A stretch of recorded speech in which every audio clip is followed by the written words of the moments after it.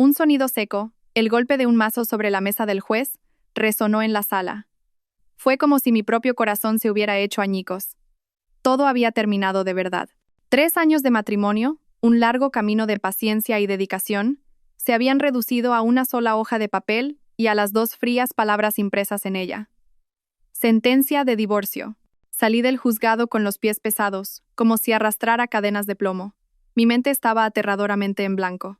El sol ardiente de Madrid me golpeó el rostro y entrecerré los ojos. Y en ese instante, lo vi. Javier, el hombre que hasta hacía unos minutos había sido mi marido, estaba apoyado en una vieja moto, rodeando con su brazo la cintura de otra mujer, Sofía. Sofía llevaba un vestido rojo ceñido y una sonrisa provocadora pintada en sus labios carmesí. No intentaban ocultarse. Parecían estar esperándome a propósito, como para asestar el golpe de gracia. Al verme, Javier, lejos de evitarme, atrajo a Sofía aún más cerca y le dio un beso ligero en los labios. Me miró con ojos desprovistos de culpa, llenos únicamente de júbilo y desprecio. ¿Qué tal, Ana?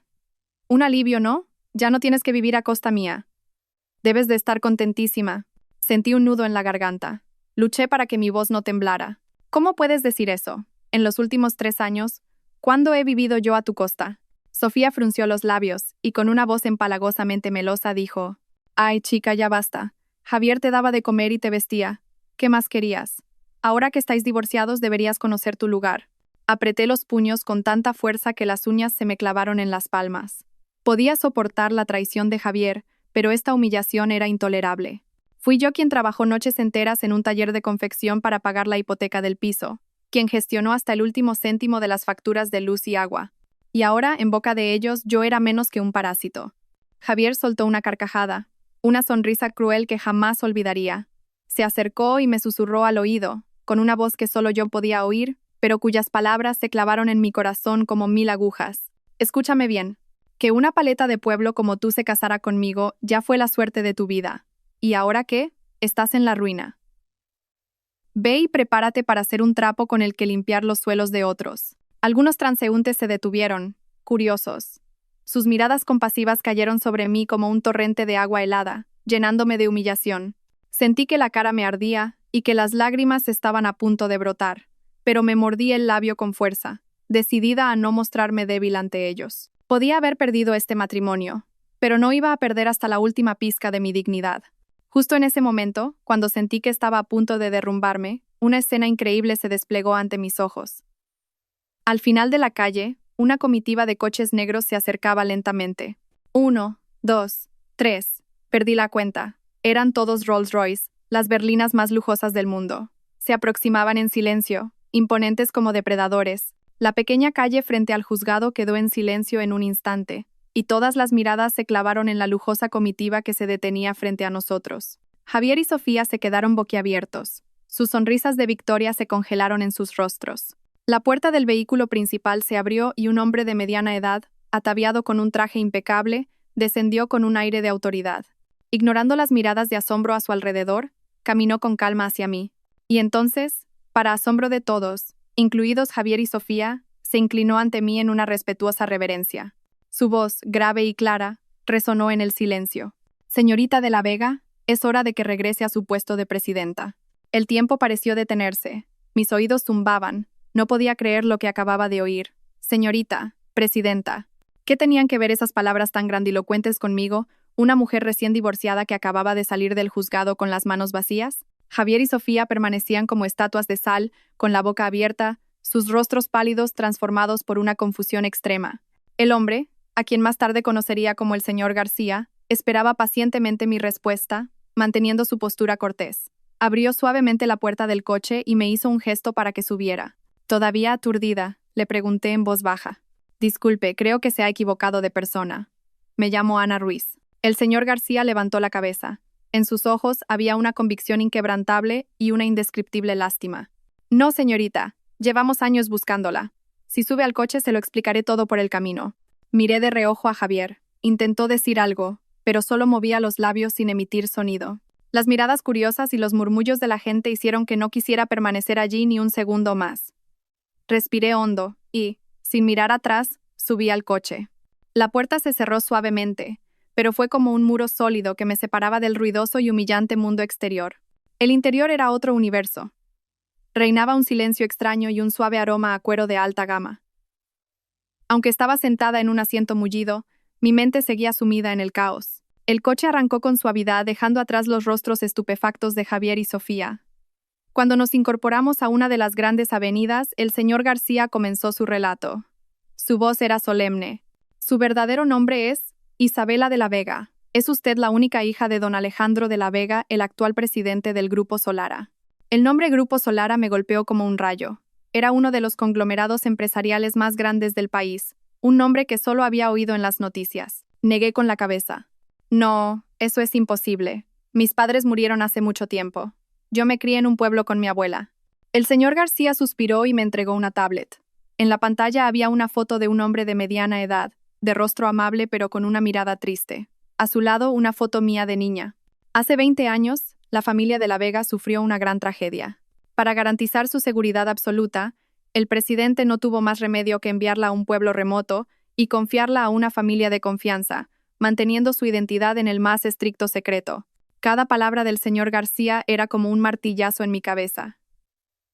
Los 3 años de mi humillante matrimonio pasaron ante mis ojos como una película. Recordé las veces que tuve que suplicarle a Javier unos cientos de euros para enviárselos a mi abuela, las lágrimas que derramé mientras comía, después de que mi suegra me llamara cateta sin raíces. Recordé las frías noches de invierno trabajando sin descanso en el taller de confección para pagar la hipoteca de ese piso que ahora era el nido de amor de mi exmarido y su amante. La salud del presidente es muy delicada ahora mismo, continuó el señor García, interrumpiendo mis pensamientos. Sabiendo que le queda poco tiempo, ordenó que la encontráramos a toda costa para que usted asumiera el control de la empresa. La presidencia del Grupo Solara la está esperando. Miré por la ventanilla. Los rascacielos pasaban como en una película a cámara rápida. Mi vida había dado un vuelco completo en una sola mañana. De esposa abandonada a heredera de una fortuna inmensa, pero en lugar de alegría o emoción, sentía un vacío y una pesadez inmensos en mi corazón. Vi mi reflejo en el cristal. Un rostro pálido, unos ojos todavía empañados por la tristeza. ¿Quién era esa persona? ¿Ana Ruiz? ¿O Isabela de la Vega? El Rolls Royce atravesó una imponente verja de hierro y se detuvo frente a una espectacular mansión blanca. Parecía un castillo de cuento de hadas. Contuve la respiración. Durante los últimos 3 años, el lugar que había llamado hogar era un pequeño y agobiante apartamento lleno de reproches. Pero esto era tan vasto, tan lujoso y tan extraño. Al bajar del coche, me sentí como una mota de polvo a punto de ser engullida por tanta opulencia.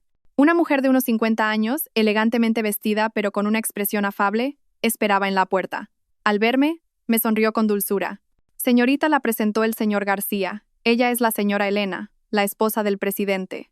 La señora Elena se acercó y tomó mi mano con delicadeza. Su tacto era cálido. Isabela, ¿verdad? El señor García me lo ha contado. ¿Cuánto has debido de sufrir? Suspiró con ojos compasivos. Entra, por favor. A partir de ahora, considera esta tu casa. No te sientas cohibida. Su inesperada calidez me desconcertó un poco, pero ayudó a disipar parte de mi extrañeza. La seguí al interior. Suelos de mármol fríos y brillantes, techos altos de los que colgaba un enorme candelabro de cristal. Todo era exquisito y caro, pero emanaba una frialdad solitaria. Aquí no había calor de hogar, ni el olor familiar de la comida, ni risas, solo silencio y distancia.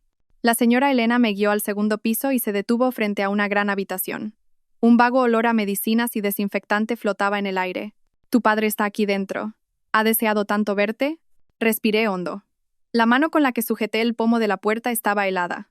Al entrar, vi que el hombre tumbado en la enorme cama era solo una sombra del de la foto, demacrado, pálido, con vías intravenosas en los brazos. Al verme, sus ojos brillaron débilmente y se llenaron de lágrimas. Intentó incorporarse, pero un ataque de tos lo hizo encogerse. Me acerqué rápidamente. Una tristeza indescriptible me invadió. ¿Este hombre es mi padre? ¿El poderoso líder del Grupo Solara? ¿Cómo ha llegado a este estado? Has vuelto. Su voz era ronca y débil. No supe qué decir, solo asentí con la cabeza. Las lágrimas asomaron a mis ojos. Extendió una mano temblorosa y huesuda. La tomé rápidamente. Sentí su tacto frío y frágil. Hija, papá lo siente mucho, Isabela. Yo solo negaba con la cabeza, con un nudo en la garganta. Al ver a mi padre biológico en ese estado, cualquier posible rencor o reproche se desvaneció, dejando solo una profunda compasión. Esa noche, me asignaron una habitación varias veces más grande que mi antiguo piso. Todo era lujoso, desde la cama mullida hasta el baño de mármol. Pero en medio de tanto esplendor, me sentí más sola que nunca. Añoraba el pequeño desván en el pueblo donde vivía con mi abuela, e incluso el estrecho apartamento que, a pesar de todo, llevaba mi toque personal. Esto era hermoso, pero no era mi hogar. Estaba sentada junto a la ventana, mirando distraídamente el extenso y cuidado jardín, cuando oí llamar a la puerta. El señor García entró empujando un carrito con comida. Sobre él, también había un grueso fajo de documentos. «Señorita, por favor, coma algo». «No ha probado bocado en todo el día», dijo con su habitual tono cortés. Como no reaccioné, suspiró en voz baja. «Señorita, sé que está muy confundida, pero la situación actual no nos permite mucho tiempo. El presidente ha estado en un estado semicomatoso durante casi un año. Todo el poder del grupo ha caído, de facto, en manos del vicepresidente, Ricardo Vargas». Al oír ese nombre me espabilé. Ricardo es un hombre muy ambicioso, y sin escrúpulos continuó el señor García con voz preocupada. Ya ha colocado a su gente en puestos clave. La junta de accionistas de mañana por la mañana será su oportunidad para tomar el control legal del grupo. Planea presentar un proyecto fantasma de 500 millones de euros en las Islas Baleares para desviar todos los activos del grupo Solara. Sentí que el corazón se me encogía. Por un lado, mi padre postrado en una cama. Por otro, la empresa que construyó con el trabajo de toda una vida, a punto de desmoronarse. Miré el fajo de documentos sobre la mesa y luego al señor García. Mi voz sonó más firme que nunca. «¿Qué tengo que hacer, señor García?» Un destello de esperanza brilló en los ojos del secretario. «Aquí están los registros de personal de los altos ejecutivos del Grupo Solara de los últimos 3 años, los informes financieros y, especialmente, todos los datos relacionados con el proyecto de las Baleares. Como única heredera, usted es la única que puede ejercer el derecho de veto en la Junta. Pero para ello, debe comprender estas cifras a la perfección». Esa noche no dormí. La espaciosa habitación estaba envuelta en silencio, solo roto por el sonido de las hojas al pasar y la luz de una lámpara de escritorio. Me preparé un café solo bien cargado y leí, página por página, línea por línea. Al principio, los complejos flujos de caja parecían una muralla impenetrable, pero no me rendí. Cuando Javier me era infiel, yo, con la vaga esperanza de lograr la independencia económica algún día, había seguido en secreto cursos de finanzas online. Nunca imaginé que esos conocimientos se convertirían ahora en mi única arma. Subrayé, tomé notas y busqué conceptos desconocidos en mi móvil. Cuanto más leía, más irregularidades encontraba en el informe de Ricardo. Cifras infladas hasta lo absurdo, socios de identidad dudosa. Una intrincada conspiración comenzaba a revelarse. Cuando los primeros rayos del alba se filtraron por la ventana, cerré el último dossier. Tenía los ojos irritados por la falta de sueño, pero mi mente estaba extrañamente clara. Me acerqué al espejo. Era el mismo rostro, pero la mirada ya no era la de la mujer sumisa y temerosa de ayer. En su lugar, había una frialdad y una voluntad de acero forjadas en una sola noche. Seguramente pensaron que yo no era más que una marioneta de pueblo, pensé. Pues bien, mañana les demostraré lo afilada y letal que puede ser esta marioneta. El día de la junta, elegí un traje de chaqueta color marfil, elegante y autoritario. Cuando estaba a punto de salir, la señora Elena me esperaba con un broche de zafiros en forma de mariposa. Sonriendo, lo prendió con delicadeza en mi solapa. «Era de tu madre biológica. Espero que te dé fuerzas. Confío en que lo lograrás». Me dirigí a la sede del Grupo Solara, una torre de cristal que se alzaba en el corazón financiero de la ciudad. Desde que entré en el vestíbulo, sentí cientos de miradas sobre mí. Murmuraban, miradas de curiosidad, de duda y de desdén. ¿Cómo va a dirigir una joven sin experiencia a un grupo tan enorme?, pensarían. La sala de juntas estaba en la última planta, con vistas a toda la ciudad. Los miembros del consejo ya estaban allí, todos veteranos tiburones del mundo empresarial. Ricardo Vargas ocupaba el asiento del vicepresidente, frente a la silla vacía de mi padre. Al verme, se limitó a sonreír con arrogancia. La reunión comenzó. Ricardo se levantó y presentó con confianza su megaproyecto hotelero de 500 millones de euros en las Baleares. Habló con elocuencia de su potencial y de sus enormes beneficios, deslumbrando a los presentes con una presentación vistosa y jerga profesional. La mayoría de los consejeros, ya comprados por él, asentían con admiración. El ambiente en la sala parecía casi decidido. Cuando Ricardo terminó, un consejero de edad avanzada tomó la palabra. «Parece un proyecto con un gran potencial. Si no hay más opiniones, propongo que procedamos a la votación». Silencio. Todos me miraban a mí. Era el momento en el que esperaban ver mi inexperiencia e impotencia. Respiré hondo. Sentí el frío tacto del broche en mi pecho. Rompí el silencio. Mi voz no era alta, pero sí lo suficientemente clara como para captar la atención de todos. Tengo algunas preguntas para el señor vicepresidente. Ricardo pareció sorprendido por un momento, pero enseguida volvió a sonreír con suficiencia. Por supuesto, futura presidenta, pregunte lo que desee. Abrí los documentos que tenía delante y pregunté con calma. Según el informe, proponen a Constructora Ibérica como contratista principal. Sin embargo, tengo entendido que esta empresa está actualmente envuelta en un litigio por una deuda de más de 30 millones de euros y está al borde de la quiebra. ¿No es demasiado arriesgado confiar un proyecto de 500 millones a un socio así? Un murmullo comenzó a recorrer la sala. La sonrisa de Ricardo se tensó ligeramente. Intentó enmendarlo. Esos son solo rumores malintencionados. Lo hemos investigado a fondo. No le dejé terminar. ¿Y qué me dice del precio del terreno? En el informe, han registrado el precio de compensación en 5.000 euros por metro cuadrado. Sin embargo, según los precios recientes del suelo en esa zona, el valor máximo es de 3.500 euros. ¿A dónde van a parar esos casi 150 millones de euros de diferencia, señor vicepresidente? Esta vez, la sala quedó en completo silencio. Unas gotas de sudor comenzaron a perlar la frente de Ricardo. Tartamudeó. Eso fue lo que determinó el departamento de tasación. El departamento de tasación que usted dirige personalmente, ¿no es así? Le corté con frialdad.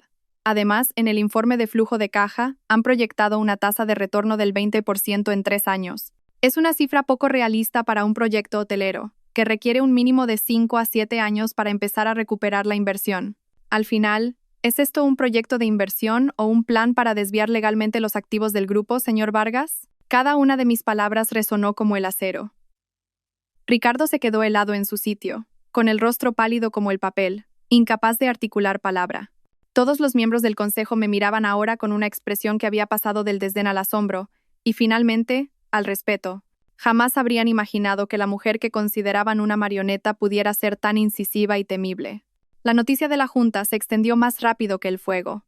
En apenas mediodía, todo el grupo Solara sabía que la misteriosa heredera había derrotado en solitario al vicepresidente Ricardo Vargas. Las miradas de desprecio de antes se habían convertido en curiosidad y admiración.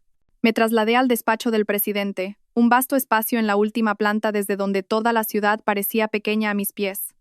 Mientras intentaba acostumbrarme a esa extraña sensación, sonó el teléfono interno. La voz de la recepcionista sonaba algo dubitativa.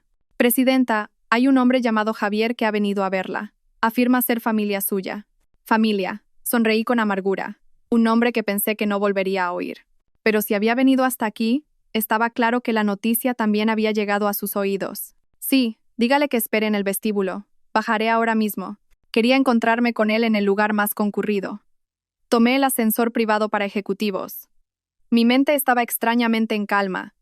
Cuando las puertas se abrieron, vi a Javier de pie en el centro del vestíbulo. Sostenía un ramo de rosas de aspecto barato y, con su ropa raída, parecía desconcertado por la opulencia del edificio.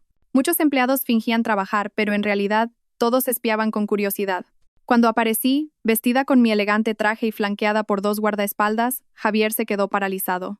Apenas reconoció a su exmujer, aquella a la que consideraba patética y pueblerina. Intentó acercarse rápidamente, pero los guardaespaldas se lo impidieron. Ana, soy yo, tartamudeo. ¿Lo que dicen los periódicos es verdad?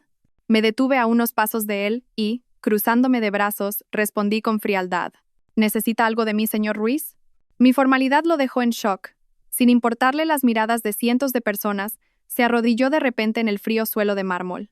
Ana, lo siento, de verdad que lo siento. Fue todo por culpa de esa Sofía. Ella me sedujo. Se me fue la cabeza. Por favor, perdóname solo esta vez. ¿No podemos empezar de nuevo? La escena de un hombre arrodillado, llorando y suplicando en medio del vestíbulo de una gran corporación, atrajo inmediatamente la atención de todos. Los murmullos se hicieron más fuertes. Ver su patética figura me provocó más risa que satisfacción. ¿Cómo puede una persona cambiar tan rápido? Hace solo unos días me insultaba y me decía que me preparara para hacer un trapo, y ahora está aquí, de rodillas. En lugar de discutir con él, saqué tranquilamente mi teléfono y busqué un archivo de audio que había preparado de antemano. Se lo di a un guardaespaldas y le dije en voz baja: ¿podría conectar esto a los altavoces del vestíbulo? Unos segundos después, la voz de Javier resonó con claridad por todo el espacioso lugar. para que todos pudieran oírla. Era una conversación entre él y Sofía que yo había grabado por casualidad antes del divorcio. Esa tonta de pueblo es perfecta para exprimirla. La uso y luego la tiro, y ya está. ¿Para qué la quiero en casa? Solo para sacarle algo de dinero de vez en cuando. Cuando la grabación terminó, el vestíbulo quedó en un silencio sepulcral. Todos miraban a Javier con desprecio. Su rostro pasó del pálido al morado, y sus manos temblaban, incapaz de decir nada. Me miró, con un terror y una vergüenza extremos en sus ojos. Lo miré fijamente y dije con una voz gélida: «Recordará estas palabras, ¿verdad? Ahora puede irse. Aquí no es bienvenido». Hice una señal a los guardaespaldas. 2 hombres corpulentos se acercaron de inmediato. Agarraron a Javier por los brazos y lo arrastraron como si fuera un saco. Ya no pudo gritar. Su cuerpo flácido por la humillación, solo balbuceaba algunas palabras sin sentido. Después de que se lo llevaran, sentí una extraña liberación. El terrible drama de 3 años había llegado a su fin, y yo misma había bajado el telón. Por primera vez, sentí una fuerza que emanaba de lo más profundo de mi ser. Un sentido de autonomía que nunca antes había experimentado. Pero la alegría fue efímera. Pensar que el juego había terminado solo por haberme deshecho de un peón como Javier fue demasiado ingenuo. Esa noche, me quedé hasta tarde en la oficina para terminar de revisar los informes pendientes. Cuando me fui, todo el edificio estaba en silencio. El aparcamiento subterráneo estaba vacío, y el eco de mis tacones sobre el frío hormigón era el único sonido. La tenue luz amarilla alargaba mi sombra en el suelo. El sedán negro que el señor García había preparado para mí estaba aparcado en su sitio habitual. Pero al acercarme, noté algo extraño. La rueda delantera derecha estaba completamente desinflada, aplastada contra el suelo. Se me paró el corazón. Estaba bien cuando llegué por la mañana.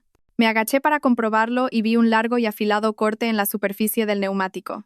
Un escalofrío me recorrió la espalda. No había sido un accidente. Alguien lo había hecho a propósito. Miré a mi alrededor, con las manos temblando ligeramente. El vasto aparcamiento se sentía como una trampa gigante. Justo entonces, vi una pequeña nota blanca metida debajo del limpiaparabrisas. El corazón me dio un vuelco. Me acerqué con cautela y la saqué. Escrita con una tinta roja como la sangre, había una sola frase garabateada. «Esto es solo el principio. Conoce tu lugar y lárgate». La confianza y la sensación de victoria de antes se desvanecieron como una pompa de jabón, reemplazadas por un miedo muy real y tangible. Mis enemigos no eran solo viejos zorros en una sala de juntas. No solo luchaban con cifras y contratos, sino que no dudaban en recurrir a medios tan viles y bajos para amenazarme. Me aparté bruscamente, apoyando la espalda en un frío pilar de hormigón, todavía agarrando la nota. No quería quedarme allí ni un segundo más. Marqué el número del señor García, intentando que mi voz no se quebrara. «Señor García, ha habido un problema con mi coche en el aparcamiento subterráneo. ¿Puede enviar a alguien ahora mismo?» El señor García pareció captar la gravedad del asunto de inmediato. En menos de 5 minutos, 2 robustos guardaespaldas aparecieron con otro coche. Después de evaluar la situación, me escoltaron a casa en el nuevo vehículo, sin dejarme sola. Sentada en el coche, viendo pasar las luces de la calle por la ventanilla, mi corazón se hundió. Días después de esa terrible advertencia, la inquietud persistía en mi mente, pero sabía que no podía retroceder. El señor García me informó que debía asistir a la Cumbre Empresarial de Madrid, un gran evento que reunía a cientos de empresarios y directores ejecutivos. No era solo un lugar para hacer contactos, sino mi debut oficial en la alta sociedad, una plataforma para consolidar mi posición como heredera del Grupo Solara. Aparecí con un vestido de seda azul, de diseño sencillo pero sofisticado. Aunque la señora Elena y el señor García me habían preparado mentalmente, las miradas incisivas y los murmullos seguían siendo asfixiantes. Este mundo era muy diferente al que conocía. Estaba de pie en un rincón, intentando parecer lo más natural posible, cuando se me acercaron varias jóvenes elegantemente vestidas. Una de ellas, con el pelo rizado, rozó deliberadamente mi brazo al pasar, derramando vino tinto sobre mi manga. «Oh, perdona, está tan oscuro aquí que no te he visto», dijo con la voz cargada de sarcasmo. Otra a su lado añadió: «Dicen que es la nueva heredera del Grupo Solara. Se nota que acaba de llegar del pueblo, ¿verdad? Todavía se siente incómoda en estas fiestas». La cara me ardió. Apreté los puños, llena de humillación. Justo cuando iba a responder, una voz grave y tranquila a mi espalda interrumpió sus palabras. «Pues a mí la señorita de la Vega me parece mucho más elegante que quienes necesitan cubrir su vacío con marcas de lujo». Todas nos giramos.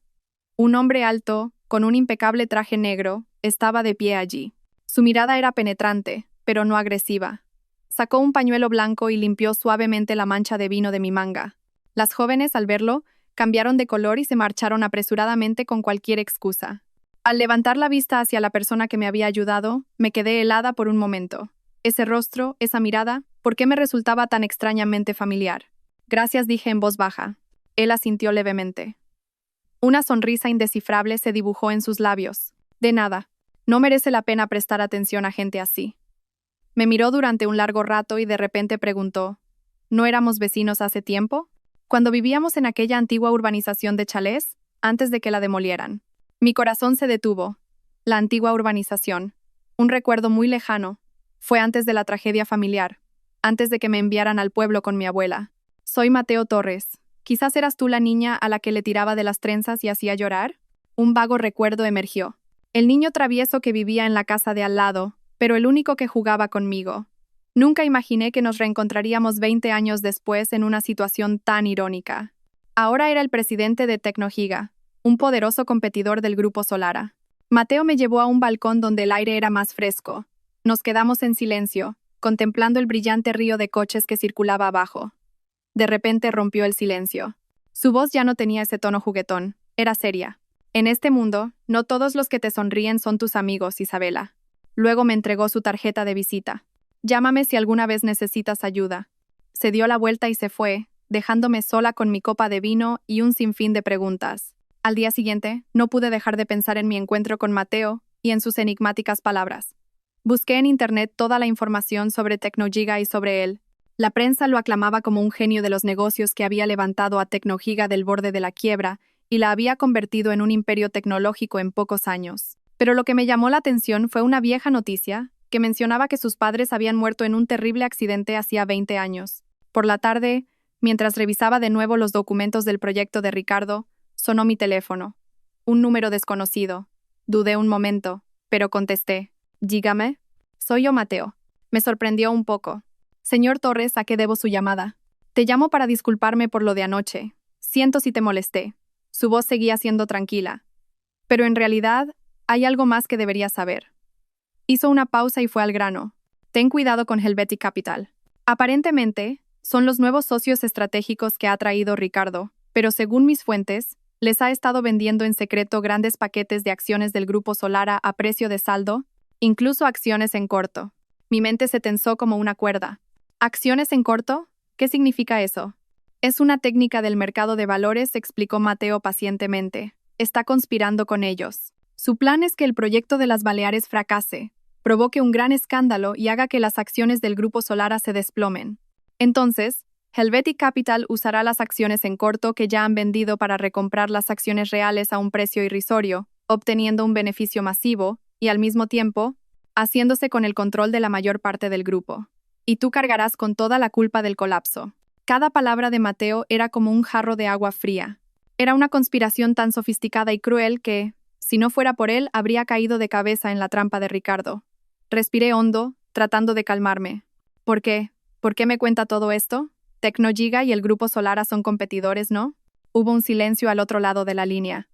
Luego oí su suspiro. Porque detesto a los que usan tácticas cobardes. Y porque creo que hay alguna conexión entre las tragedias de nuestras dos familias. Cambió de tema bruscamente. Su voz se volvió más grave. Isabela, ¿te han contado tus mayores algo sobre el accidente de tus padres hace 20 años? Su pregunta repentina me heló la sangre. Hace 20 años. Coincidía exactamente con la época de la tragedia familiar de la que me había hablado el señor García. No podía ser una coincidencia. No sé mucho, tartamudea. Ya veo, la voz de Mateo sonaba decepcionada, pero continuó. De todos modos, ten cuidado. Ricardo no es un rival fácil. La llamada terminó, pero la pregunta de Mateo seguía resonando en mi cabeza. Una fría ansiedad comenzó a apoderarse de mí. ¿La muerte de sus padres y mi desaparición? ¿Eran piezas sueltas o formaban parte de un mismo y terrible rompecabezas? Después de consultarlo con el señor García, decidí contratar a una agencia de detectives privados. Mis instrucciones fueron claras y específicas. Investigar el pasado de Sofía y todas sus relaciones, especialmente cualquier vínculo con Ricardo Vargas. Tenía el fuerte presentimiento de que la amante de mi exmarido no era simplemente una mujer interesada en el dinero. Mi matrimonio podría haber sido un eslabón en toda esta conspiración. Unos días después, el detective me citó en una cafetería discreta y me entregó un sobre delgado. Todo lo que quería saber está aquí dentro, señora presidenta. Mi corazón se aceleró al abrir el sobre. Dentro había fotos, copias de extractos bancarios y un detallado informe personal. Mis manos temblaban mientras leía, y una náusea me revolvió el estómago. Sofía no era una simple oficinista, como le había dicho a Javier. 2 años antes de conocer a mi exmarido, había sido la secretaria personal de Ricardo Vargas. Dejó la empresa de repente y, apenas un mes después, conoció casualmente a Javier en un bar. Los extractos bancarios mostraban grandes sumas de dinero ingresadas en la cuenta de Sofía cada mes. El dinero, según rastreó el detective, provenía de una empresa fantasma directamente vinculada a Ricardo. Todo encajaba. Habían orquestado una obra de teatro perfecta. Ricardo sabía de mi existencia. Usó a Sofía como cebo para seducir a Javier y, a través de él, un hombre estúpido y cegado por el dinero, acercarse a mí y controlarme. Quería convertirme en su marioneta, esperando a que yo regresara al Grupo Solara para usarme a mí misma y tomar el control legal de la empresa. Me quedé sentada en la cafetería, aturdida. Mi cabeza daba vueltas. Durante 3 años había vivido dentro de una farsa meticulosamente planeada. Mi amor, mi sacrificio, mis lágrimas y mi dolor, todo era un fraude. No solo había sido traicionada por un mal marido, había sido el objetivo de una organización criminal desde el principio. Cerré el dossier, sentí un escalofrío. Lo habían calculado todo, desde la elección de un incompetente como Javier hasta el aprovechamiento de mi paciencia y sumisión. Para ellos, yo no era más que un peón en su tablero. Regresé a la oficina y me paré frente al enorme ventanal, contemplando la brillante ciudad. Pero ahora, a mis ojos, todo parecía frío y oscuro. Mi ira ya no era solo por mi dolor personal, sino por la crueldad y la astucia de mis enemigos. Esta batalla había comenzado mucho antes de que yo supiera de su existencia. Y ahora no iba a retroceder más. Apreté los puños y me prometí a mí misma. Vosotros, todos vosotros pagaréis por lo que habéis hecho. Los días siguientes, dediqué casi todas mis energías al trabajo. Durante el día me sentaba en el despacho del presidente, revisando cada contrato y cada cifra que Ricardo había aprobado durante el último año en que mi padre estuvo incapacitado. Por la noche, volví a la fría mansión y leía los informes que el señor García me preparaba. Cuanto más profundizaba, más me daba cuenta de lo gravemente que el Grupo Solara había sido corroído desde dentro. Estaba inmersa en un informe de auditoría cuando recibí una llamada de la señora Elena. Al otro lado, su voz estaba aterrorizada, casi rota. Isabela, tienes que venir al hospital ahora mismo. Tu padre está muy grave. Mis oídos zumbaron. Salí corriendo de la oficina, ignorando las miradas de asombro de los empleados. De camino al hospital, sentía que el corazón me ardía. La imagen de mi padre, frágil y demacrado, no se me iba de la cabeza. Apreté el puño. Acababa de encontrarlo. No podía perderlo tan pronto. Cuando llegué, la señora Elena y el señor García ya esperaban frente a la puerta de urgencias. Sus rostros estaban pálidos. La luz roja sobre la puerta brillaba en un silencio aterrador. ¿Cómo está mi padre?, pregunté con voz temblorosa. La señora Elena, con los ojos llenos de lágrimas, solo pudo negar con la cabeza, incapaz de hablar. Después de lo que pareció una eternidad, la puerta de urgencias se abrió. Salió un médico de edad avanzada con expresión seria. Se quitó la mascarilla y, mirándonos, suspiró en voz baja. Hemos superado la crisis por ahora, pero la situación es muy grave. Sus órganos se están deteriorando a una velocidad alarmante. Hemos realizado un análisis de sangre detallado y hemos encontrado algo muy extraño. El médico hizo una pausa y me miró directamente a los ojos. Los resultados muestran niveles anormalmente altos de arsénico y plomo en el cuerpo del paciente. Y no es una intoxicación aguda, sino algo acumulado durante un periodo muy largo. Me quedé helada. Arsénico y plomo acumulados durante un largo periodo. ¿Qué significaba eso? Significaba que mi padre no estaba simplemente enfermo. Alguien lo había estado envenenando en secreto durante mucho tiempo. Por eso su salud no hacía más que empeorar. Por eso ningún tratamiento funcionaba. Recordé la expresión triunfante de Ricardo en la sala de juntas. Recordé la amenazante advertencia en la nota. Una ira gélida surgió de lo más profundo de mi ser. Mis enemigos no solo querían robarle su fortuna, sino también su vida, de forma lenta y dolorosa. Eran mucho más crueles de lo que jamás hubiera imaginado. Me quedé de pie frente a la puerta de la habitación, mirando a través del grueso cristal a mi padre, tumbado e inmóvil. Estaba rodeado de máquinas y cables. Su rostro estaba pálido y demacrado. La ira dentro de mí ardió ferozmente, superando el dolor y el miedo. De vuelta en la mansión, me sentí completamente aislada e impotente. Mi padre se debatía entre la vida y la muerte, y el culpable seguía libre. Ricardo era como una serpiente venenosa escondida en la oscuridad, y yo no sabía cuándo volvería a atacar. La sensación de estar rodeada de enemigos era asfixiante. Abrí mi portátil e intenté centrarme en el trabajo a la fuerza. Era lo único que podía hacer. Mientras revisaba mi correo, me topé con un email extraño en la carpeta de spam. El asunto era muy críptico. Las paredes oyen. Normalmente lo habría borrado de inmediato, pero en esta situación la curiosidad me hizo hacer clic. El cuerpo del mensaje estaba vacío, solo contenía un enlace y una contraseña compleja. Debajo, una breve instrucción. Usa el modo incógnito. Una vez dentro, sabrás qué hacer. Mi corazón latió con fuerza. ¿Era una trampa o una mano amiga? Después de dudar un largo rato, decidí arriesgarme. Seguí las instrucciones e introduje la contraseña. En la pantalla aparecieron varios archivos, escaneados apresuradamente. Eran pruebas contundentes, sin ninguna explicación.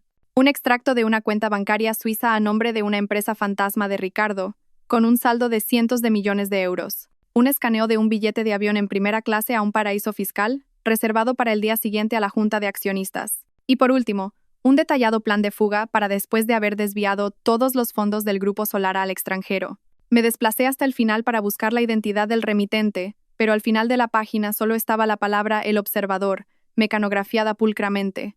¿El Observador? ¿Quién era? ¿Por qué tenía esta información confidencial? ¿Y por qué me la enviaba a mí?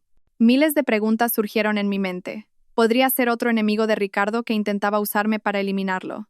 O podría ser alguien dentro del Grupo Solara que, por alguna razón, no podía revelar su identidad pero quería ayudarme. Fuera quien fuese, este dossier era un arma muy poderosa. Por primera vez en días, sentí que no estaba completamente sola en esta lucha. No sabía si esa persona era amiga o enemiga, pero su aparición me dio un rayo de esperanza. Imprimí todos los documentos de inmediato. El peso del papel en mis manos, esta sería la bala definitiva para derribar a Ricardo. No le daría la oportunidad de escapar. Mientras mi padre estaba en el hospital, la señora Elena siempre estuvo a mi lado, animándome. Viendo lo tensa que estaba, me sugirió que ordenara el despacho de mi padre. Serviría para despejar mi mente y quizás encontrar algún vínculo con él.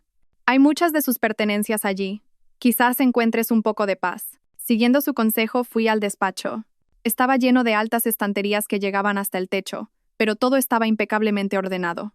Toqué cada libro, organicé cada carpeta, buscando algún rastro del padre que nunca llegué a conocer. Mientras ordenaba un viejo armario, sentí algo duro en un compartimento secreto en la parte trasera. A tientas, encontré una pequeña caja de madera cerrada con llave. Le llevé la caja a la señora Elena. La miró durante un largo rato, con la mirada perdida en los recuerdos. Luego fue a su habitación y sacó una pequeña llave de un cajón de su tocador. He guardado esta llave durante mucho tiempo. Tu padre me dijo que la abrieras cuando estuvieras realmente preparada para enfrentarte al pasado. Me entregó la llave. Mis manos temblaban al introducirla en la cerradura. Se oyó un pequeño clic. Con el corazón encogido, abrí la tapa de la caja. Dentro, sobre un forro de terciopelo rojo descolorido, había dos objetos. Uno era un broche de zafiros azules en forma de mariposa, exquisito y hermoso, casi idéntico al que la señora Elena me había dado días antes. A su lado, una vieja cinta de casete. En ella, solo estaban escritas unas pocas palabras a mano. Para mi hija. Cogí el broche. Sentí el frío tacto del metal y las gemas. Pesaba más de lo que esperaba, como si contuviera una larga historia. La señora Elena, al ver el broche, se echó a llorar. Ese era el objeto más preciado de tu madre biológica. Antes de morir, insistió en que esta mariposa te guiaría en el camino para encontrar la verdad. Sus palabras me dolieron en el alma. Mamá. Una palabra sagrada pero tan desconocida.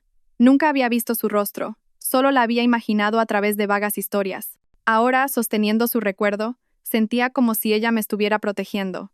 Mi mirada se posó en la cinta de casete. Un objeto tan viejo y anticuado en este mundo moderno. Pero tuve el fuerte presentimiento de que la respuesta a todos los misterios, la clave de la tragedia de nuestra familia, estaba contenida en esa pequeña cinta. Parecía pesada, como si contuviera todo el dolor y la verdad de 20 largos años. Con manos temblorosas, encontré un viejo reproductor de casetes que aún conservaban en el despacho. Mi corazón latía como un tambor mientras introducía la cinta. Tras unos segundos de espera agónica, una voz de mujer, débil y entrecortada, comenzó a sonar en los auriculares. La voz era extraña, pero extrañamente familiar. Se me hizo un nudo en la garganta. Era la voz de mi madre.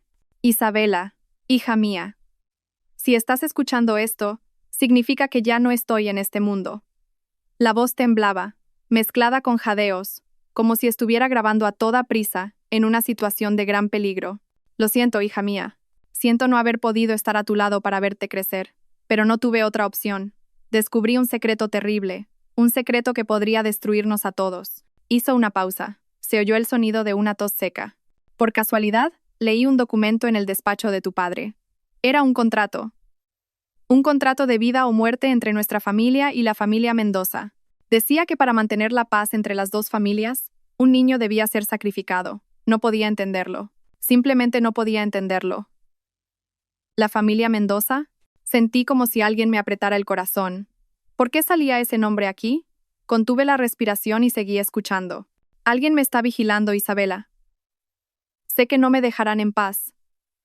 Tengo que esconderte ahora mismo. Tienes que vivir, hija mía. Debes vivir y algún día descubrir la verdad. De repente, de fondo, se oyó el chirrido de una puerta al abrirse, y luego, pasos acercándose. La voz de mi madre pasó del miedo al más puro horror. No, ¿qué haces tú aquí? No te acerques, aléjate. Ah. Su último grito desgarró la noche silenciosa. Un grito lleno de desesperación y dolor. Se oyó un golpe sordo, como si algo pesado cayera al suelo. Y luego, todo quedó en silencio. Solo quedó el siseo de la cinta. Me arranqué los auriculares. Todo mi cuerpo temblaba como una hoja.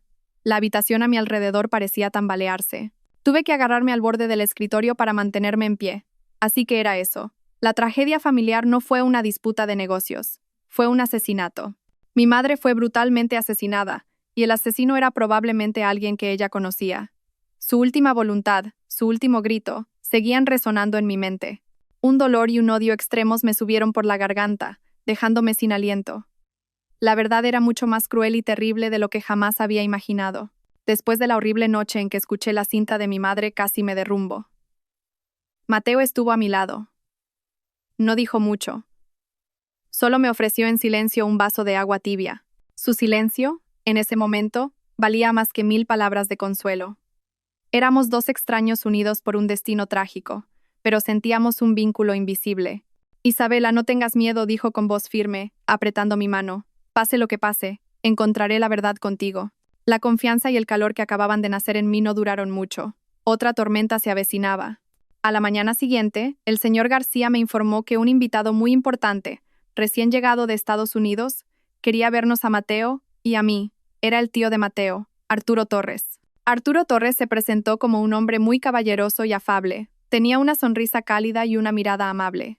No parecía en absoluto el tipo de persona que pudiera estar relacionada con oscuras conspiraciones. Me estrechó la mano y dijo con voz compasiva: Isabela, Mateo me lo ha contado todo. Siento mucho que hayáis tenido que pasar por tantas tragedias. Se sentó y comenzó a relatar lentamente historias del pasado.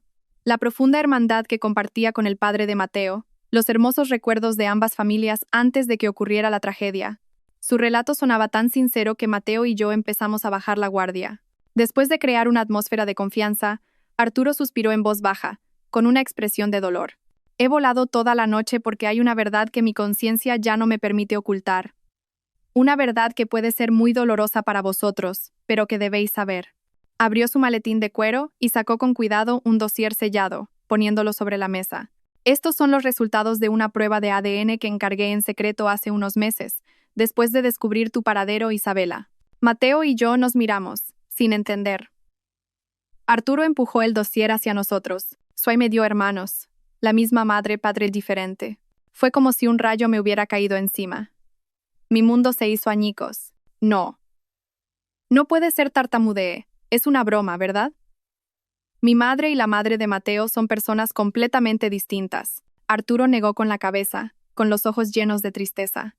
Comenzó a contar la trágica pero profunda historia de amor entre mi madre y el padre de Mateo. Cómo no pudieron estar juntos por la oposición de sus familias. Cómo mi madre, después, se quedó embarazada de mí, pero tuvo que aceptar un matrimonio concertado con mi padre, Alejandro de la Vega, para proteger su honor. Su historia era tan perfecta y lógica que no tenía ni una sola fisura. Con manos temblorosas, abrí el dossier. En el papel blanco había cifras complejas, análisis y, al final, una conclusión impresa en negrita: probabilidad de parentesco materno, 99,99%. El papel se me cayó de las manos. Hermanos, Mateo y yo, el hombre que, en mi momento más oscuro, me había dado la única sensación de seguridad y confianza. El hombre por el que, en lo más profundo de mi corazón, habían empezado a florecer sentimientos especiales, ahora era mi hermano. Esta tragedia era más cruel que la traición de Javier, más dolorosa que los insultos de mi suegra. Los días siguientes pasaron pesadamente, como si llevara una piedra a la espalda. Mateo y yo seguíamos viéndonos por trabajo, pero el ambiente había cambiado por completo. Intentamos llamarnos hermano y hermana, pero cada palabra que salía de nuestra boca era torpe y dolorosa. El lazo de sangre había levantado un muro invisible entre nosotros. Dejamos a un lado nuestro dolor personal para enfrentarnos a un enemigo común, pero eso solo lo hizo todo más difícil. Esa noche, sentada sola en el despacho, intentando encontrar una salida en este enredo, sonó mi teléfono de repente. Era el número de Javier. Iba a colgar, pero un mal presentimiento me hizo contestar. ¿Sí? Al otro lado de la línea no estaba su habitual voz arrogante, sino una respiración agitada y aterrorizada. Isabela, ayúdame. Por favor, sálvame. Me están buscando. Son los hombres de Ricardo. Me levanté de un salto. ¿Dónde estás? ¿Qué pasa? Oí a esa Sofía hablando por teléfono con un hombre desconocido. La voz de Javier era temblorosa y entrecortada, como si estuviera huyendo. No es Ricardo. El que está detrás de todo es un hombre de apellido Mendoza. Un señor Mendoza. Sofía también habló del diario de la señora Elena. Dijo que esa mujer sabe algo. ¿El diario de la señora Elena? Mi corazón dio un vuelco. Cuando intenté preguntar más, oí un fuerte golpe al otro lado de la línea. Y luego, el grito desgarrador de Javier. Isabela salva. La llamada se cortó de repente. Volví a marcar como una loca, pero solo oía el tono de llamada. Me quedé helada. Sabía que algo le había pasado a Javier. Era la peor persona, un marido horrible, pero no merecía morir. Y estaba claro que lo habían silenciado por lo que había oído. Inmediatamente llamé al señor García y le pedí que localizara a Javier. Pero era demasiado tarde. A la mañana siguiente, una breve noticia en el periódico informaba del hallazgo del cuerpo de un hombre bajo un puente. Su nombre era Javier Ruiz. La conclusión inicial: suicidio por deudas de juego. Miré la pantalla, apretando los puños con fuerza. Deudas. Una mentira descarada. Lo habían matado y habían montado una escena perfecta. Las últimas palabras de Javier resonaban en mi cabeza: señor Mendoza. El diario de la señora Elena. Javier, con su vida, me había dejado dos pistas muy valiosas. Una mezcla de gratitud y rabia surgió en mí. Mateo y yo nos sentamos uno frente al otro en mi oficina. El ambiente era muy tenso. No podemos sentarnos a esperar a que vengan a matarnos uno por uno, rompió el silencio Mateo. Ricardo es solo una marioneta. Como dijo Javier, nuestro verdadero enemigo es ese tal Mendoza. Es un viejo zorro muy astuto. Para derribarlo, no podemos usar métodos convencionales. Asentí con la cabeza, con una mirada decidida. Entonces, ¿cuál es tu plan? Nuestro enemigo quiere devorar el grupo Solara, en silencio analizó Mateo. Le daremos la oportunidad que quiere, pero será una oportunidad con trampa. Comenzó a explicar un plan muy audaz y arriesgado. En la junta de accionistas, tú, como presidenta, tomarás una decisión de inversión claramente errónea. Haremos que todos crean que eres una persona incompetente y destructiva. Me quedé horrorizada. Pero si hago eso, será como entregarle el grupo Solara en bandeja de plata. Ese es el cebo, explicó Mateo, con un brillo agudo en los ojos. Cuando la noticia se difunda, el mercado entrará en pánico y las acciones del grupo Solara se desplomarán. El engreído de Mendoza pensará que ha llegado su momento y movilizará todos sus fondos ocultos para comprar acciones a bajo precio y hacerse con el control absoluto. Y ahí es cuando actuaremos, continuó. Mi equipo de ciberseguridad rastreará cada transacción. En el momento en que se mueva, podremos seguir el flujo de su dinero y destapar todas las empresas fantasma y los activos ilegales que ha estado ocultando durante años. No solo salvaremos el grupo Solara, sino que podremos enviarlo a la cárcel. Era un plan casi perfecto, pero un solo error podría hacer que todo el grupo Solara se derrumbara de verdad.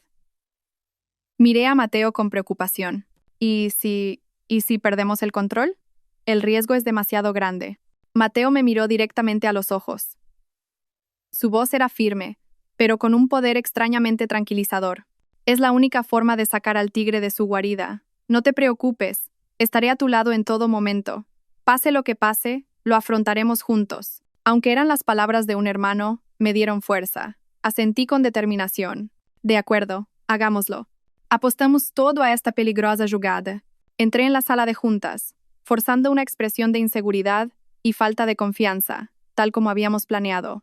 Después de la presentación de los resultados financieros, me levanté y rechacé el plan de desarrollo de un nuevo producto prometedor que el equipo había estado preparando durante meses. En su lugar, propuse invertir una gran suma de dinero en un sector de inversión obsoleto y en declive, dando razones vagas como la necesidad de un cambio de rumbo radical. La sala estalló inmediatamente en un acalorado debate. Los accionistas más veteranos negaban con la cabeza, consternados, mientras que los ejecutivos más jóvenes se levantaban para oponerse enérgicamente. Me mantuve firme e incluso usé mi autoridad como presidenta para forzar la aprobación de la moción.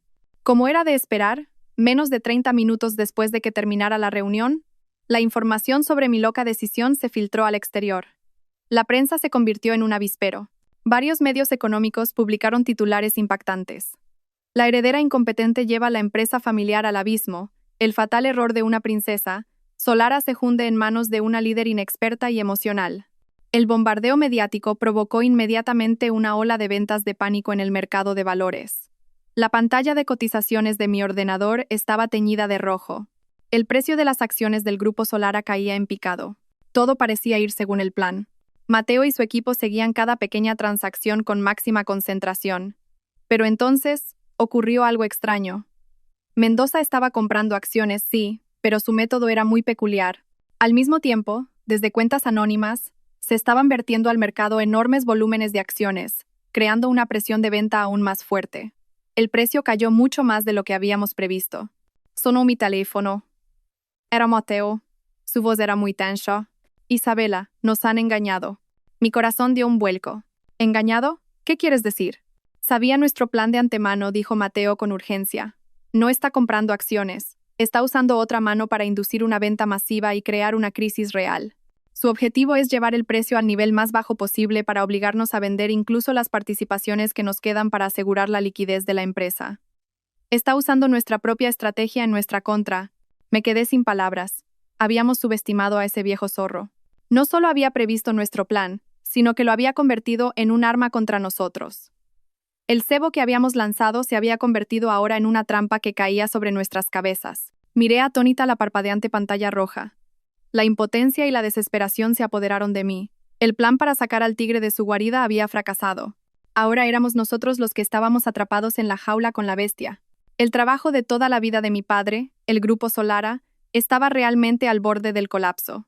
Y todo por un error cometido por mis propias manos. Mientras me hundía en la desesperación, recibí un mensaje de un número desconocido. Encuéntrame en la Catedral Central.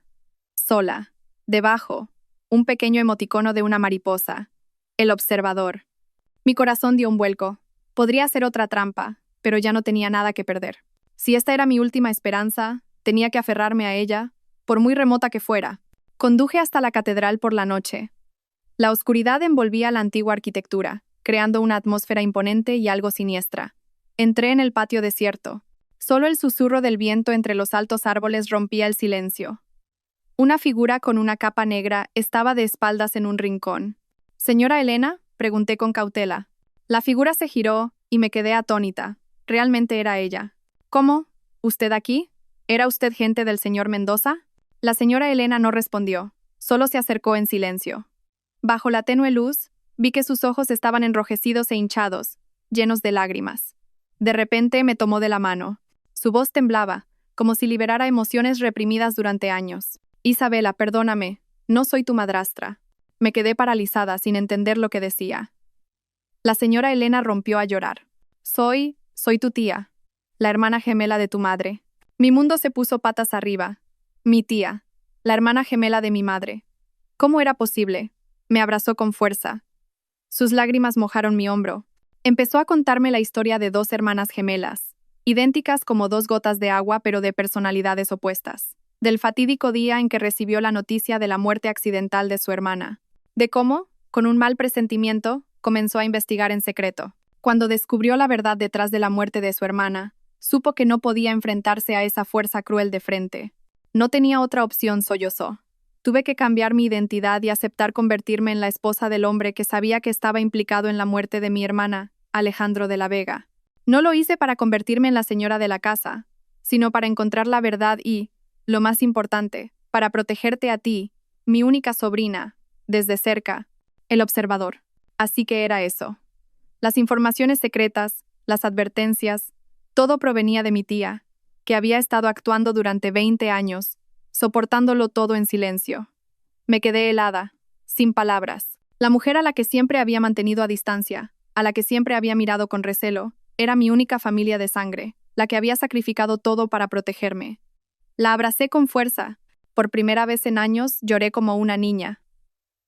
Lloré por mi madre, por mi tía y por mí misma. En la fría oscuridad, en el patio de la antigua catedral, finalmente recuperé un trozo del calor de la familia.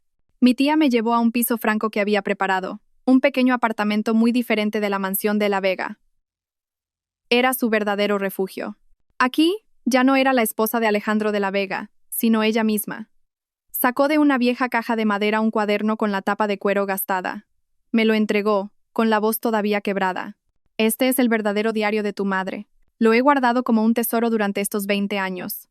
Creo que aquí encontrarás las respuestas que buscas. Tomé el cuaderno con manos temblorosas. El papel estaba amarillento por el paso del tiempo, pero la caligrafía de mi madre era clara, suave y llena de emoción. Pasé la noche en vela, leyendo línea por línea. Leí sobre el amor de mi madre por mi padre, su felicidad cuando se quedó embarazada de mí, y el terror extremo que sintió al descubrir poco a poco la verdadera cara de las personas que la rodeaban. Mi madre escribió sobre la crueldad de Arturo Torres, cómo manipuló a las dos familias con astucia, haciéndolas desconfiar y destruirse mutuamente. Y escribió sobre la debilidad y la complicidad de mi padre, un hombre que, por el bien de los intereses familiares, había cerrado los ojos ante un crimen. Cada línea era como una cuchilla que me cortaba el corazón. Dolor, rabia. Al pasar la última página, mi madre no había escrito mucho. Solo había transcrito 2 versos de un antiguo poema que mi abuela solía recitarme: 100 años dura una vida, mas ¿por qué talento, y si no se odian entre sí? Debajo del poema había una nota escrita a toda prisa, con la letra temblorosa. La llave está en el lugar más familiar, en el origen de todo. Pon fin a todo con esto, hija mía. Releí la nota una y otra vez, tratando de encontrar el significado oculto. La llave. El lugar más familiar. El origen. De repente, un recuerdo me vino a la mente. El santuario familiar de los de La Vega, en el pueblo. El antiguo caserón donde se guardaban las tablillas ancestrales. Mi abuela siempre decía: este es el origen de nuestra familia. El origen. Tenía que ser allí. Y los versos del poema no eran un simple lamento, sino parte de la llave, una contraseña. A la mañana siguiente, fui a buscar a Mateo de inmediato. Le conté la verdadera identidad de mi tía y todo lo que estaba escrito en el diario. Le mostré la última página. Mateo miró fijamente los versos del poema y luego me miró a mí. El dolor y la confusión que habían nublado sus ojos en los últimos días habían desaparecido. En su lugar, había determinación y un nuevo brillo de esperanza. Lo entiendo, dijo. Sé a dónde tenemos que ir. Dejamos la bulliciosa ciudad y nos dirigimos a la tranquila zona rural donde se encontraba el santuario de los de La Vega. El antiguo caserón, situado bajo viejos árboles, emanaba una atmósfera de calma y solemnidad. El pariente lejano que lo custodiaba se sorprendió al vernos, pero cuando le explicamos que queríamos ofrecer incienso a nuestros antepasados, no hizo más preguntas. Entramos en la sala principal, donde se guardaban las tablillas ancestrales. El suave aroma a incienso en el aire calmaba los nervios. Mateo comenzó a examinar meticulosamente cada detalle de la arquitectura, cada grabado. Se detuvo un largo rato en la base de un altar de madera de sándalo. Allí estaba tallada una pareja de mariposas enfrentadas. El diseño era muy similar al del broche de mi madre. Isabel, a prueba, dijo Mateo en voz baja. Entendí lo que quería decir. Saqué el broche de mariposa. Mi corazón latía con fuerza. Los versos del poema no podían ser una coincidencia. Respiré hondo y recité los 2 versos en voz alta. Mi voz resonó en el silencio del santuario. 100 años dura una vida. Mas ¿por qué talento y si no se odian entre sí? Cuando terminé, Mateo presionó suavemente el broche en un pequeño mecanismo oculto entre las alas de las mariposas del altar. Se oyó un pequeño clic. Inmediatamente después, un sonido sordo y grave, y parte del viejo suelo de baldosas frente al altar se deslizó hacia un lado, revelando la oscura entrada a un sótano y una escalera de piedra que se hundía en las profundidades. Mateo y yo contuvimos la respiración. Un sótano secreto. Aquí era donde mi madre había escondido su último secreto. Mi tía tenía razón. Mi madre era una mujer muy inteligente y valiente. Sabiendo que no sobreviviría, había preparado un camino para mí, una salida. Mateo encendió la linterna de su móvil. La luz blanca penetró en la profunda oscuridad. Del sótano subía un aire húmedo y frío. ¿Tienes miedo?, me preguntó Mateo girándose hacia mí. Su voz era grave y cálida. Negué con la cabeza, con una mirada decidida. No. Hemos llegado hasta aquí, no hay razón para detenerse ahora. Él fue primero, iluminando el camino para mí.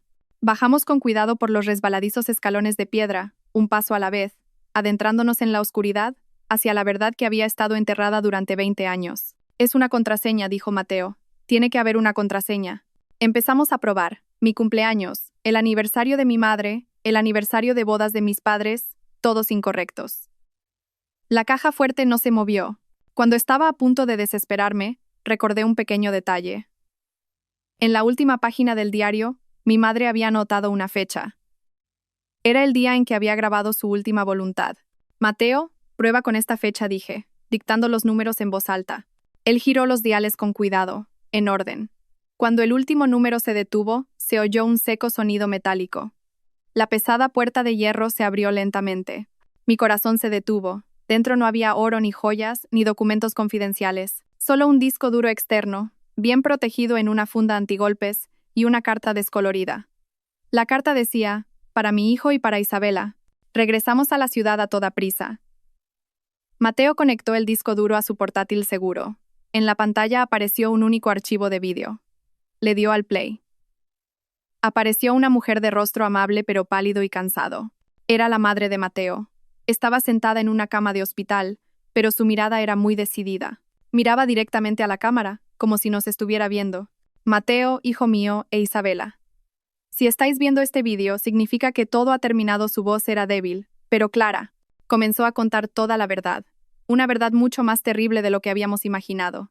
El verdadero culpable, el que estaba detrás de todas las tragedias, era el hermano menor del padre de Mateo, Arturo Torres. Cegado por los celos y la ambición, había asesinado cruelmente a su propio hermano en un accidente simulado para quedarse con toda la fortuna. Y luego, mirando directamente a la cámara, dijo con voz dolorida, la prueba de ADN que os dio el tío Arturo es falsa. Es una mentira cruel que inventó para separaros, para que no confiarais el uno en el otro. La madre de Mateo respiró hondo antes de revelar el último y más impactante secreto. Isabela, no eres la hermana de Mateo. Y tampoco eres la hija de Alejandro de la Vega. Eres la única heredera superviviente de la familia Mendoza. Tu verdadero nombre es Ana Mendoza. Tus padres también murieron en un accidente de mina, una farsa orquestada por Arturo. Y el hombre que creíais vuestro enemigo, el señor Felipe Mendoza, es tu verdadero tío. Cuando el video terminó, el sótano volvió a sumirse en el silencio, pero esta vez el silencio era más aterrador que la oscuridad. No éramos hermanos. Yo era una Mendoza. El hombre que creía mi mayor enemigo era mi tío carnal.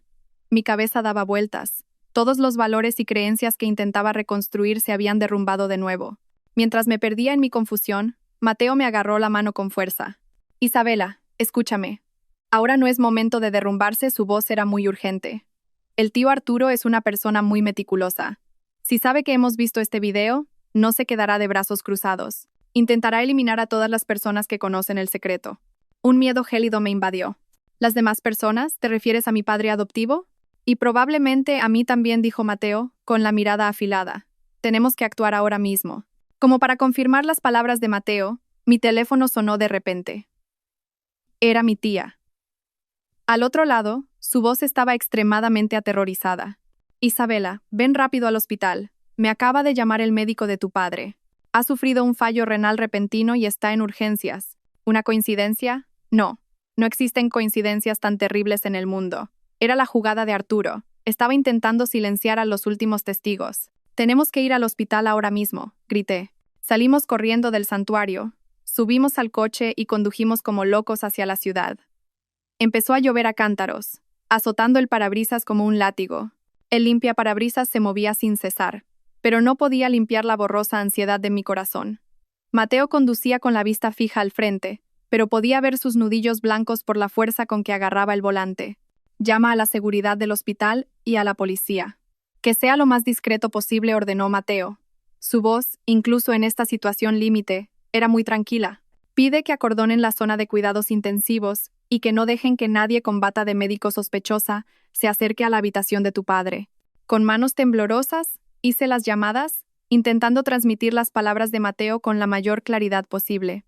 Cada segundo, cada minuto, parecía una eternidad mientras corríamos por la autopista, dejando atrás las luces de la calle que se difuminaban en la lluvia. Mi corazón ardía, y solo rezaba para que no llegáramos demasiado tarde, para que la tragedia de mi madre no se repitiera.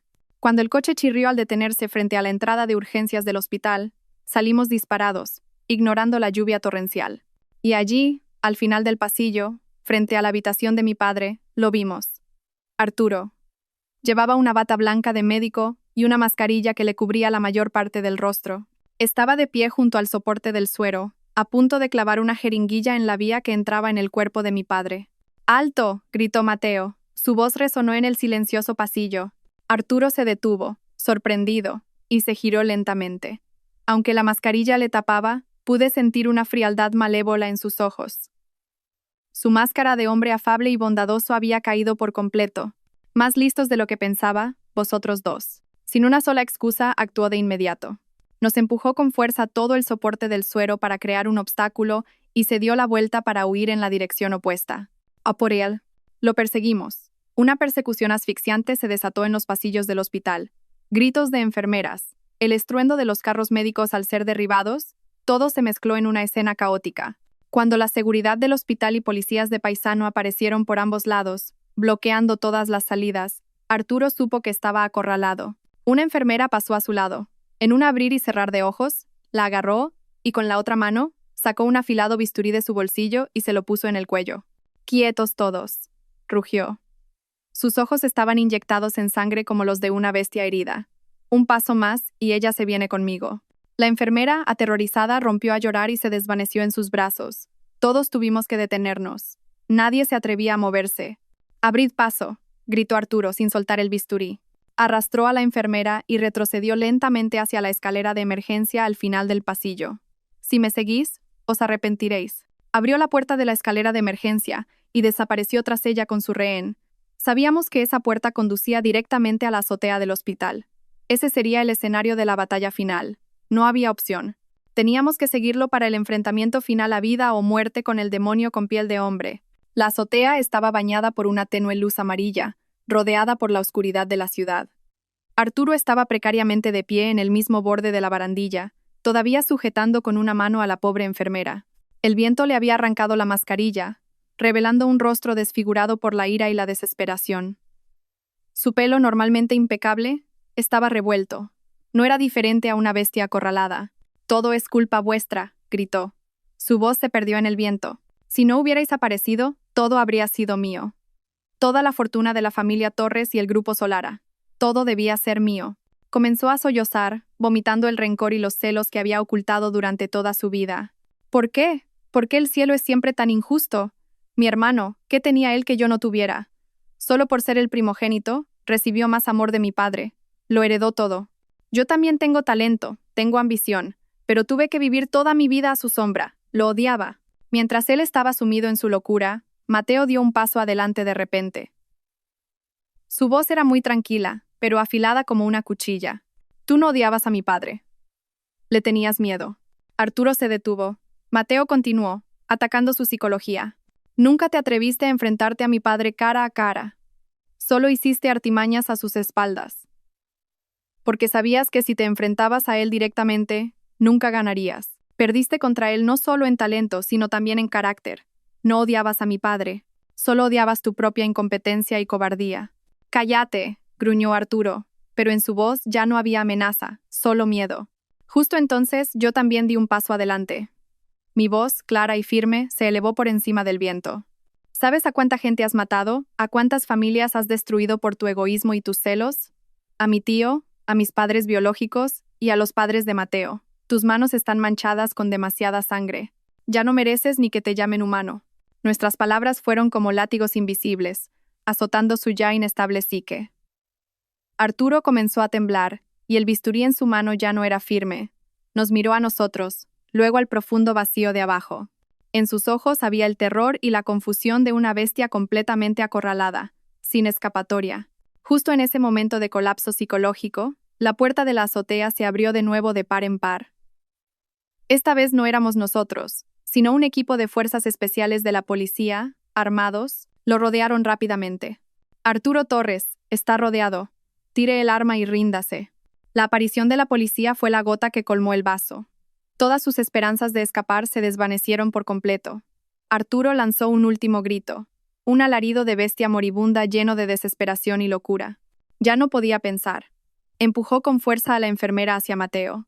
Instintivamente, Mateo y los policías corrieron a salvarla. Y ese fue el momento que él estaba esperando. Mientras todos estaban centrados en la rehén, Arturo se dio la vuelta e hizo algo que nadie esperaba. Se subió a la barandilla de la azotea. Su cuerpo se tambaleó con el viento. Quizás intentaba suicidarse, quizás solo buscaba una salida. Pero en el resbaladizo hormigón mojado por la lluvia, perdió el equilibrio. ¡No! Gritó Mateo corriendo hacia él, pero era demasiado tarde. Por un breve instante, su cuerpo pareció suspendido en el aire. Su rostro estaba desfigurado por el terror. Y luego, desapareció en la profunda oscuridad de abajo. Un grito desgarrador de alguien resonó desde abajo, y todo volvió a quedar en silencio. La azotea quedó extrañamente silenciosa. Solo el viento que silbaba en mis oídos y el sonido de la lluvia, cada vez más fuerte. La maldad que había durado 20 años finalmente había terminado. La enfermera rescatada se derrumbó en el suelo, sollozando en brazos de un agente de policía. Mateo, empapado, miraba en silencio al vacío. Me acerqué lentamente y me puse a su lado. La lluvia era fría, pero ya no sentía nada. Todo había terminado de verdad. El demonio había pagado su precio. La larga noche de 20 años finalmente estaba llegando a su fin. Una semana después de esa fatídica noche en la azotea, la ciudad todavía bullía con los rumores sobre el caso de la familia Torres y el colapso de su imperio criminal. Pero para mí, ese ruido sonaba como una historia de otro mundo. Pasaba la mayor parte del tiempo en el hospital, al lado de la cama de mi padre adoptivo, Alejandro de la Vega. Había recuperado la conciencia y superado la crisis, pero parecía haber envejecido 10 años. Su pelo se había vuelto blanco, sus ojos estaban hundidos y su mirada siempre estaba perdida en una tristeza vacía e infinita. Hoy, mientras le pelaba una manzana, habló de repente. Su voz era débil y estaba llena de culpa. Isabela, te he fallado, y también a tu madre. Detuve mi mano y escuché en silencio. Las lágrimas corrían sin cesar por su rostro viejo y arrugado. Comenzó a confesar, no como el presidente de un grupo empresarial, sino como un padre culpable. Admitió que conocía desde hacía mucho tiempo la maldad y la ambición de Arturo. Que sabía que había algo sospechoso en la muerte de mi madre, pero eligió el silencio. Tenía miedo. Miedo de que si destapaba el crimen, toda la familia de la Vega se viera implicada. Miedo de que la empresa que había construido con el trabajo de toda una vida se derrumbara. Fui un cobarde, sollozó. Para proteger esta fortuna, sacrifiqué a tu madre, tu infancia. Y al final, no protegí nada. Y casi te mato a ti también. No merezco ser tu padre.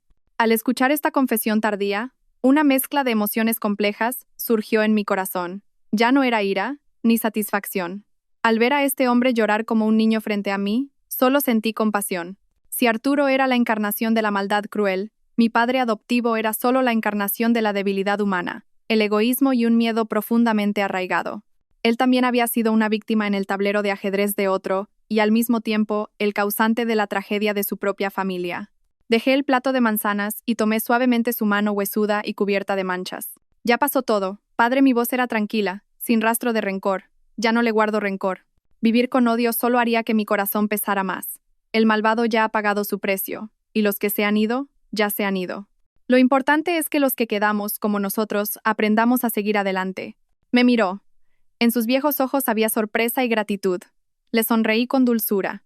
Descanse y recupérese pronto. Afuera, Mateo y yo nos encargaremos de todo. Mi perdón no era para borrar sus pecados, sino para liberar mi propia alma. Guardar rencor es como beber veneno y esperar que el otro muera.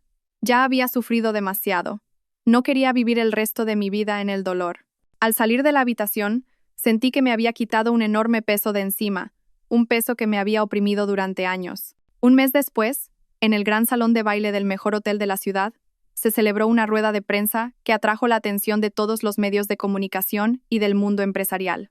El escenario era sencillo pero formal. Mateo y yo, de la mano, nos acercamos juntos a los cientos de objetivos de las cámaras y al incesante destello de los flashes. La tormenta mediática sobre nuestro caso se había calmado. Era hora de que diéramos una respuesta oficial sobre el futuro de nuestros dos grupos. Mateo fue el primero en subir al estrado. Vestía un traje azul marino, imponente y seguro de sí mismo. Su voz, grave y potente, resonó en el salón. Damas y caballeros, hoy estamos aquí para anunciar una decisión importante. Tras una larga deliberación, el grupo Solara y Tecnogiga han decidido fusionarse oficialmente para renacer como un nuevo grupo más fuerte. Hizo una pausa y me miró sonriendo. El nombre de nuestro nuevo grupo será Alas Unidas Holding. Alas Unidas simboliza no solo la unión de nuestras dos empresas, sino también un renacimiento, el comienzo de un nuevo futuro en el que curaremos las heridas del pasado y volaremos más alto y más lejos. Luego fue mi turno. Subí al estrado. En mi corazón ya no había miedo ni duda. Miré directamente a los objetivos que me apuntaban y dije con voz clara y firme: no voy a rehuir el pasado. Hablé de la tragedia que había ocurrido, de la pérdida que nuestras familias habían tenido que soportar y de los crímenes de quienes la causaron. No podemos cambiar el pasado, dije, pero podemos elegir cómo enfrentarlo y cómo construir un futuro mejor sobre sus ruinas. Respiré hondo y hice el anuncio final. Un anuncio que sorprendería a todo el salón. Para honrar a los que han fallecido y para expiar los errores de la generación anterior, Alas Unidas Holding se compromete a destinar el 10% de sus beneficios netos anuales a la creación de una fundación benéfica.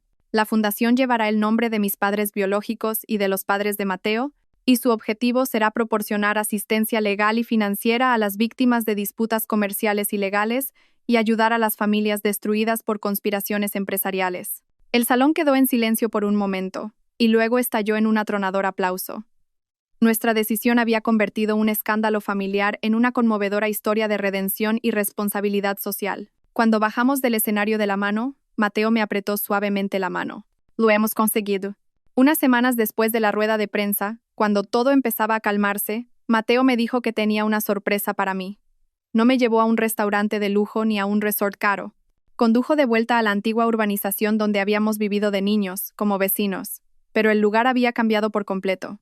El viejo chalet que había sido testigo de la tragedia de su familia había sido reconstruido. Mantenía el estilo arquitectónico clásico, pero parecía más luminoso y lleno de vida.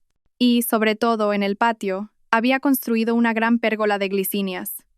Las jóvenes ramas se entrelazaban extendiéndose hacia arriba. «¿Te gustan las glicinias, verdad?», preguntó Mateo en voz baja.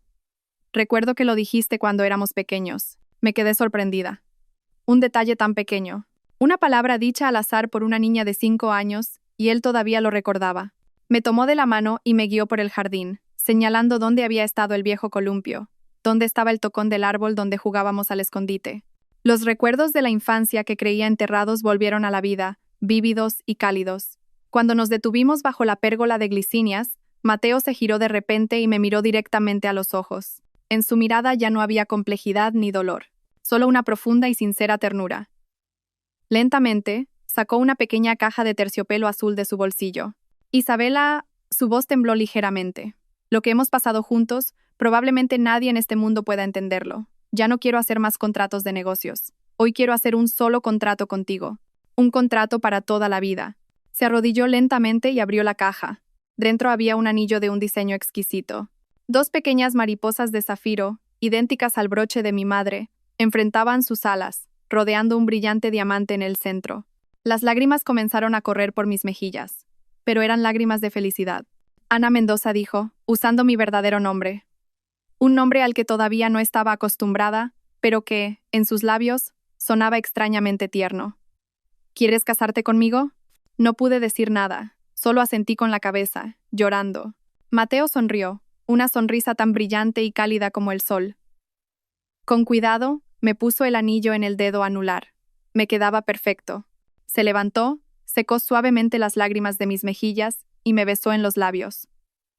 No fue un beso apresurado ni apasionado, sino un beso lleno de calma, confianza y la promesa de un futuro feliz. En el jardín de los recuerdos, bajo la pérgola del Renacimiento, finalmente encontramos el refugio tranquilo para nuestras almas. Unos meses después, nuestra vida finalmente encontró un ritmo tranquilo. Estaba en el jardín de la mansión, regando personalmente las glicinias. Los primeros capullos morados habían comenzado a abrirse, desprendiendo un aroma dulce y puro. Dentro de la casa, oía a Mateo hablar por teléfono. Su voz seguía siendo firme y potente, pero sin la tensión de antes. Miré al cielo, claro y azul. Sentí una extraña paz en mi corazón. Recordé a la mujer de hacía casi un año, herida, perdida y llena de rencor. Y me miré a mí misma ahora. Una persona que había aprendido a enfrentarse a su pasado, a perdonar y, lo más importante, a amarse a sí misma. Mi tía, habiendo cumplido el deseo de su vida, se fue de viaje por el mundo para reencontrarse a sí misma después de 20 años viviendo con otra identidad. Mi padre adoptivo, Alejandro de la Vega, también falleció en paz mientras dormía hace un mes. Y con mi tío, Felipe Mendoza, me he reunido varias veces. Entre nosotros no hay la intimidad de la sangre, pero sí la empatía de quienes han compartido una pérdida. Quizás el tiempo lo cure todo. Mateo terminó su llamada y salió al jardín, abrazándome en silencio por la espalda. Nos quedamos así, sin decir nada, simplemente contemplando la luz dorada del sol de la tarde que se desvanecía lentamente. Me besó ligeramente en la cabeza. Su calor se extendió, pareciendo borrar hasta la última cicatriz de mi corazón. No sé qué nos deparará el futuro. No puedo predecir qué pruebas nos esperan. Pero una cosa sé con certeza, mientras él esté a mi lado, todas las tormentas pasarán. Mientras tengamos amor y confianza, podremos construir juntos una felicidad sólida. El amanecer por fin había llegado a mi vida. Gracias a todos por seguir.